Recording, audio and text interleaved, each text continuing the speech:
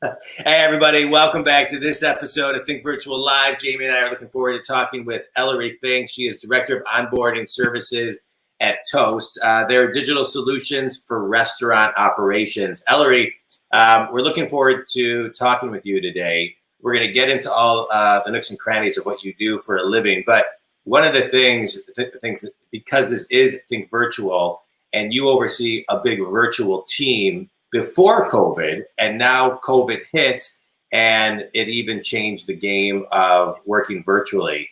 And so I really want to know, for you, at one point I know you were managing 100 people remotely. How has COVID really affected your ability to manage and lead your people? So it's an interesting question. Thanks for having me. Welcome to the show, Ellery. Welcome to the show. Thank you. It's great to be here. Great to be back. Yeah, so I would say, having managed a really large team prior to COVID, I think the transition for me was probably slightly easier than I think for a lot of other people, just because I was so used to it. But for my team, it was very different. So there was a big transition for what happened with the team. My team was prior to COVID was mostly a field-based team. And what we did was we brought the team internal, and they were all now working remotely. So instead of going on site and working with the restaurants in person, we are now doing a lot more of our work remotely and virtually. So there was a big shift in that regard, in the sense that we were no longer everyone was still a remote employee. So it wasn't ever that everybody was going into an office and, working day to day in a traditional, office type of setting. But now the folks who were used to going out into restaurants and interacting with people face to face were now brought into their home office, which they may or may not have had, or a home, some sort of home setup, and are now doing a lot of the work remotely that they were used to doing in person. And how did they figure out how to have the same or find a similar emotional connection with the client? Yeah. I think that's something that people have been trying to figure out and are continuing to figure out as Zoom fatigue sets in, and, missing that just kind of energy of just people. Right. So, it's an interesting question.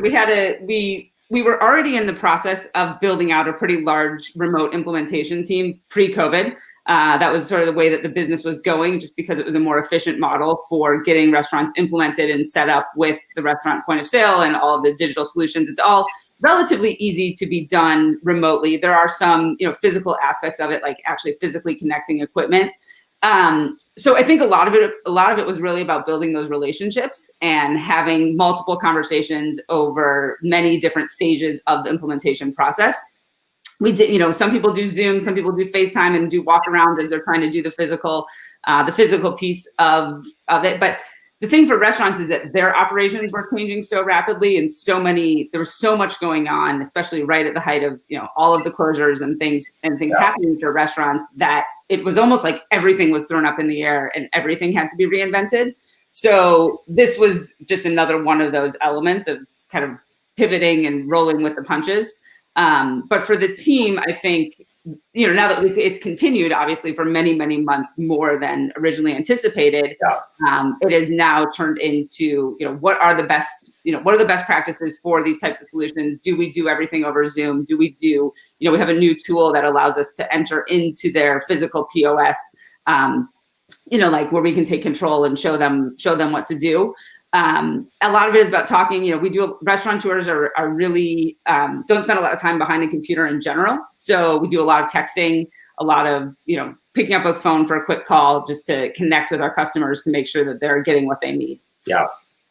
I know that we have spoken a little bit about Toast, and I know that in the midst of a pandemic where obviously so many restaurants were having to shift and maybe do online ordering or didn't even have these systems, some of the restaurants are just kind of old school, I would think, and just the way that they did business. And I feel that from what I've heard, and I know that there was a bit of a restructuring, but that Toast is a bit of a success story amongst this COVID moment. So can you talk a little bit about how you shifted new customers who were maybe, set in the way that they had done business, but now thrust upon them was having to innovate, and how you help them through that process? Yeah, so there's a couple of different ways. We kind of have two sets of customer. Well, we have multiple sets of customers, and they all have their own unique needs. But we have a whole, we have a whole backlog of customers who have signed up for Toast and haven't yet gone through the implementation process. And so as this shift was happening, we saw, right away in the beginning, it was just like everything just flattened and everyone just kind of froze and business, came to got slowed down quite a bit. But then as, restaurants were realizing, how important online ordering and takeout and contactless payments and all of those solutions were going to be, we saw it pick up in two different ways. The first was with, the customers, like I was saying, who were already on the track to change over to Toast. They were super eager to get going as quickly as possible because they were probably working with an older solution that didn't have all those digital, all the digital components, or maybe they were pen and paper, whatever it might have been, but they were ready to make that transition. But one of the things that Toast did and that I thought was the most, it was, just provided a great benefit to the community was historically we had always been you had to have our POS solution in order to operate on the platform. And in the weeks immediately following, the shutdowns and everything, we pivoted to a model called Toast Now, which is basically a digital only solution so that restaurants could get up and running with online ordering only. We gave it away for 3 months free for people to get started with it. And we were onboarding hundreds of customers and just moving through that process as quickly as possible because there were so many people who weren't ready to commit to a full POS transition and to change over all their systems, but they had no way of getting digital orders into their restaurant.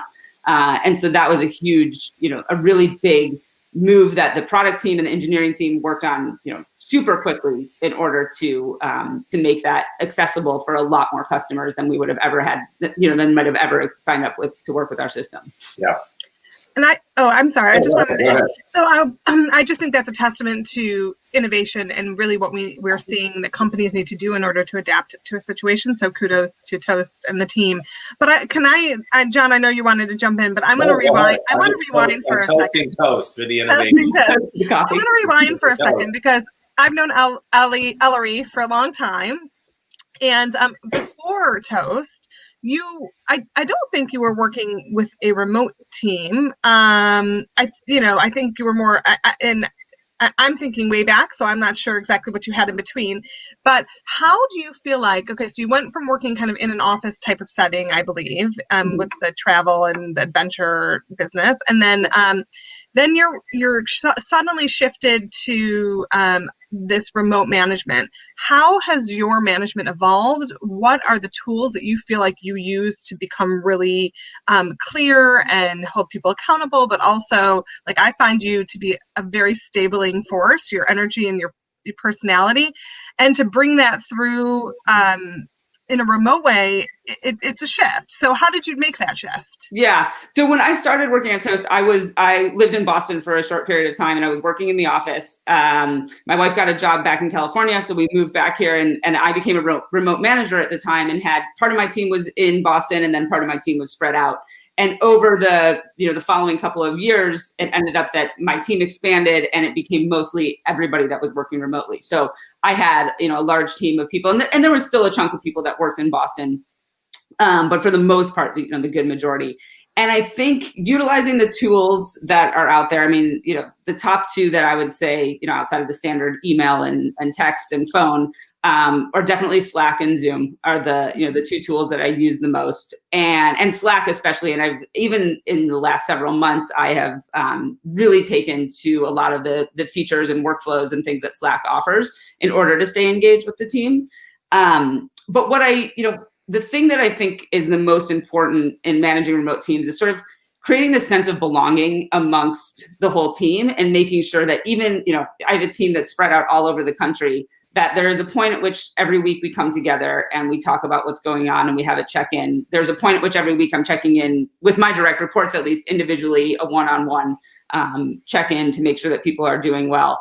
And having that reliability and having the team being able to count on that and know that that's going to happen week after week so that they have those touch points, but then not going dark in between those times, I think is where it gets really critical because, team has questions, there's problems that they're trying to solve, solutions that they need, resources that they need, connections that they need to be made within the company.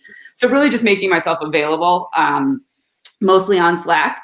But then I find myself often as I'm, going back and forth in these Slack conversations and trying to help somebody troubleshoot, and I'm saying, send me a screenshot, send me this. And then finally I'm like, there's a feature in Slack, you do /Zoom, all of a sudden it sends a Zoom link and we're looking at each other and we're just having a conversation, we're sharing a screen, we're figuring out what's going on, as opposed to these back and forth, 20 minutes when it could have taken 2 seconds. Similar. And I give my team that same advice when they're working with clients. And instead of, texting or emailing back and forth about something that's where there's a miscommunication or somebody's not understanding something, it's just like pick up the phone and you can, probably find a solution a lot faster. So I think it makes sense to remember that we have these digital solutions, but sometimes old school is the best way. Like just getting on the phone can sometimes, or, getting on the phone via the computer is the easiest way to stay connected. Yeah. I love what you're talking about, Ellery. Can I call you Ellie? I mean, I've known you for a long time too. I know you as Ellie, but you're talking about not going dark on people. I think that's a real issue because I post-COVID, people that did not have the proper systems, processes, and frankly, the mindset and the internal ritual to know how to connect with each person on your team intuitively on what each person needs. Yeah. So a lot of times, these leaders, these managers, I coach a lot of managers. I coach a lot of C-level people, managers and salespeople. And I find that a lot of managers don't know how to manage people, right? It's like, I talked to you on Monday. What do I need to talk to you on Thursday for? And so that going dark, I just want to kind of zoom into that because, when you talk about not going dark and keeping the effective communication up, the emotional connection up, frankly, now the spirits up. It's going to be a long winter for many, many people. COVID's on the rise. Winters are dark for, and cold for many of the states throughout the country. And so just talk a little bit more about how you do not keep your people in the dark and the systems and the rituals and the non-negotiables you put in place to make sure that happens. Yeah. So some of the things, really simple things, just like a quick morning check-in on Slack to say like, hey, I'm online, and we also have a time zone difference for a lot of people on my team. So I have people, I'm on Pacific time, I have people on Eastern time and everybody in between. So, I want them to know when I'm available and what's going on with me. So even just a quick Slack message into my team channel, making sure that they know that I'm online and reachable. I really encourage them to also work with each other and help solve problems. So our team channel is super active all day. As people come up with, have questions and things that they're working on, they'll put them into the team channel where they can get solutions. And I monitor that super closely. And sometimes I'll pull back for a few minutes and see if other people are going to respond to the question. But because I want them to work together and help each other find solutions, as well as, if there's a solution that I immediately know, I'll obviously jump in. But I like to see, the engagement between the team and that it's not just me kind of posting messages to the team, but they're actually working together. And I see that a lot, which is really great. There's some workflow things in Slack. I love Slack, so I'm going to talk a little bit about that. But there's some workflow things in Slack where you can set up automated reminders. So every Monday, I need an update from my team on their metrics and their numbers and how they're looking for the week. And so I have an automated reminder that will send an email or send a message into our team channel at 5 a.m. before I've started working, saying, "Hey, reminder, go to this document, fill in your numbers for the week." And then on Wednesday mornings or Thursday mornings at 11, I have a reminder that just pops up. It's like, "Hey, have you gotten up and hugged your pet or hugged your kid or gone outside or drank some water or something?" Just like little things that help them to remember to take care of themselves. Also, I think one of the big challenging things that we've seen with COVID and in general with people working at home is it's really a lot harder to find that separation between work and home. And so I think it's easy for me to see myself on the computer late at night and continuing to do work. And there's times that I have to do that. I have little kids and sometimes it's just easier to be able to do that. But it's also important if I am doing that during the day, I'm taking that moment for myself and I'm reminding my team to also do the same, to get outside, drink some water, eat food, whatever it might be. It's amazing how not having the structure of going someplace can disrupt that. Yeah. I actually, it was a perfect transition for me because one of my questions, I just picked up Dare to Lead again by Brene Brown. I don't know if you've ever heard of the book or read it, but she talks about how compassion, courage, vulnerability in leaders is really essential for everything, for innovation, for being, a leader. And I guess, a little bit that kind of touches upon your ability to compassionately and empathize with your team and understanding where they're at.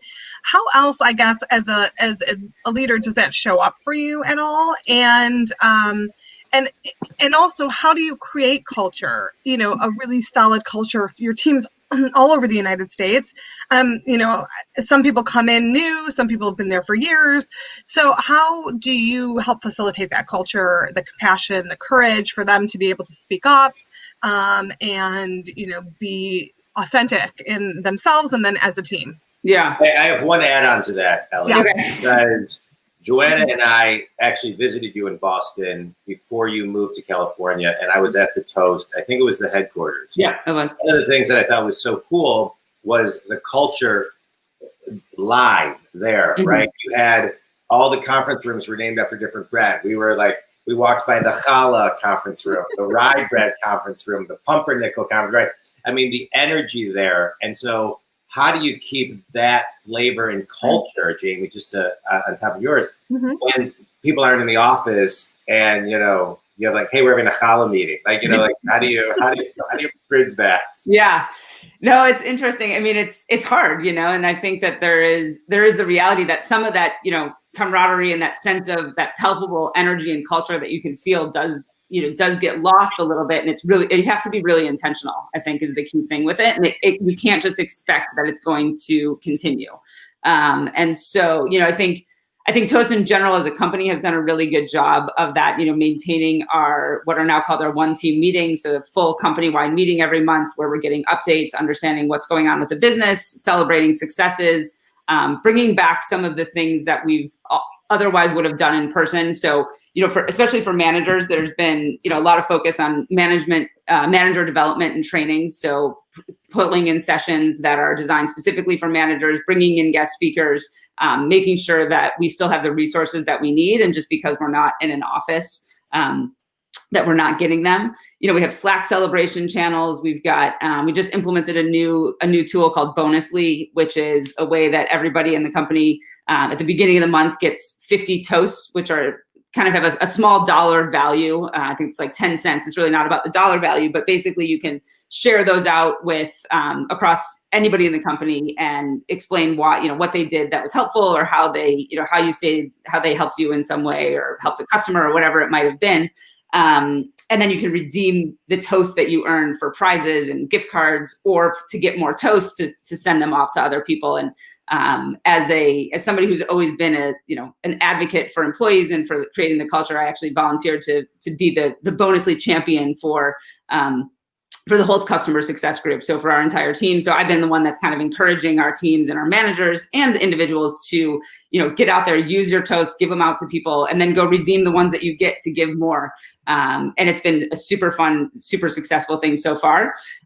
So finding those little tools, and then again, it's, it all comes back to those small moments of connection. And, I try and start our meetings with a little bit of, something interesting, even just, yesterday's meeting, I was like, all right, guys, I was eating Cheerios at the time. I was like, let everybody go around and tell me what your favorite cereal is. It just turned into a 5-minute conversation about, talking about like the milk and fruity pebbles, but it's real and it's human, and it makes people feel connected in a way that, is different from talking about your metrics for the week. Oh, no, I think that's so important, Ellie. I love everything you're talking about, what you're doing, how you're leading, your mindset, the way you bring people together, the way you balance professionalism and fun. I've always been impressed with you, just as a person and a human being, but as a leader, your people are lucky to have you.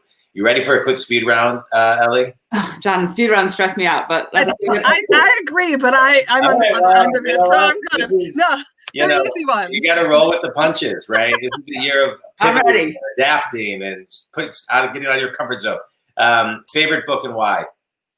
Favorite book and why? You asked me the question last time. Well, So right I now, hope you've read a book in the last 2 I years. Another book. I read about 5 to 10 books You every were on day. the show 2 years ago, right? Right? I read about 5 to 10 in the books. last 2 years. I read about 5 to 10 books every day. They're usually anywhere from 5 to 10 pages in length and have a ton of pictures in them and a lot of small words. I am gonna go with the fan favorite right now is the Pout Pout Fish. And there are some great lessons to be learned from my 3-year-old twins from the Pout Pout Fish series. Hey, I love the Pout Pout Fish. Listen, Green Eggs and Ham is one of the best sales books ever. He says no so many times, and he finally gets to the yes at the end. So exactly. All right. Okay, so mine's much easier. Okay. Sushi or pizza? Oh, pizza, 100%. Really? Okay. Yeah. Hands down. I'm a pizza. You asked for sushi through and through. Huh? What did you ask here? Sushi or pizza? Sushi or pizza? Okay. All right. Yeah. All right. Last question, Ellery. What is one thing you learned about yourself since March when COVID hit? That I think I knew this, but it was pretty obvious that I actually really like managing in uncertain times, and that finding solutions to new and challenging problems is exciting to me. As we were switching and getting everybody up and running on Toast Now and some of these early solutions, I was out here in my shed every morning at 6 a.m. for a meeting to understand what we were doing for the day and how we were going to continue to help customers. And it was very invigorating despite it being a really challenging time. So that was fun to have those feelings of, managing kind of travel in the summer with hundreds of kids all over the world when I was running a travel program. It felt a little bit like that in a different sort of way. And it was a lot of fun. It's great. Ellery, tell people how they can get a hold of you and connect with you. You can connect with me on LinkedIn. It's probably the best, or Twitter, I suppose. I'm not super active on either of those, but LinkedIn, I think my profile is on there, is probably the best way to connect with me. And happy to talk about all things Toast, restaurants, and managing remote teams. I love it. Well, I appreciate you being on the show. The Finks are always family favorite. And again, I'm going to let Jamie close, but it's great seeing you. All the best to your wife and your kids. And thanks for being on the show and sharing some great wisdom and virtual tools on how people can grow. Jamie, I'll let you close it. Yeah, I second that. I first of all, I love your comment about the children's book. I've been so creative and very cute. But also, I love talking to you. As I said, I always find you to be a super grounding, stabilizing, and just amazing human being. And to have you on our show is actually wonderful. And I think that you brought up really, really great points. I miss you, and I thank you for taking the time. You're on in California, so you're super early for you. Yeah, thanks, so thank you so much for waking up and being on, and we'll talk soon. Thank you guys both so much. It's always great. Thanks, Ellie. Take it easy. Thanks, Jamie. That was fun. Thanks, everybody, for listening. Take care. Bye.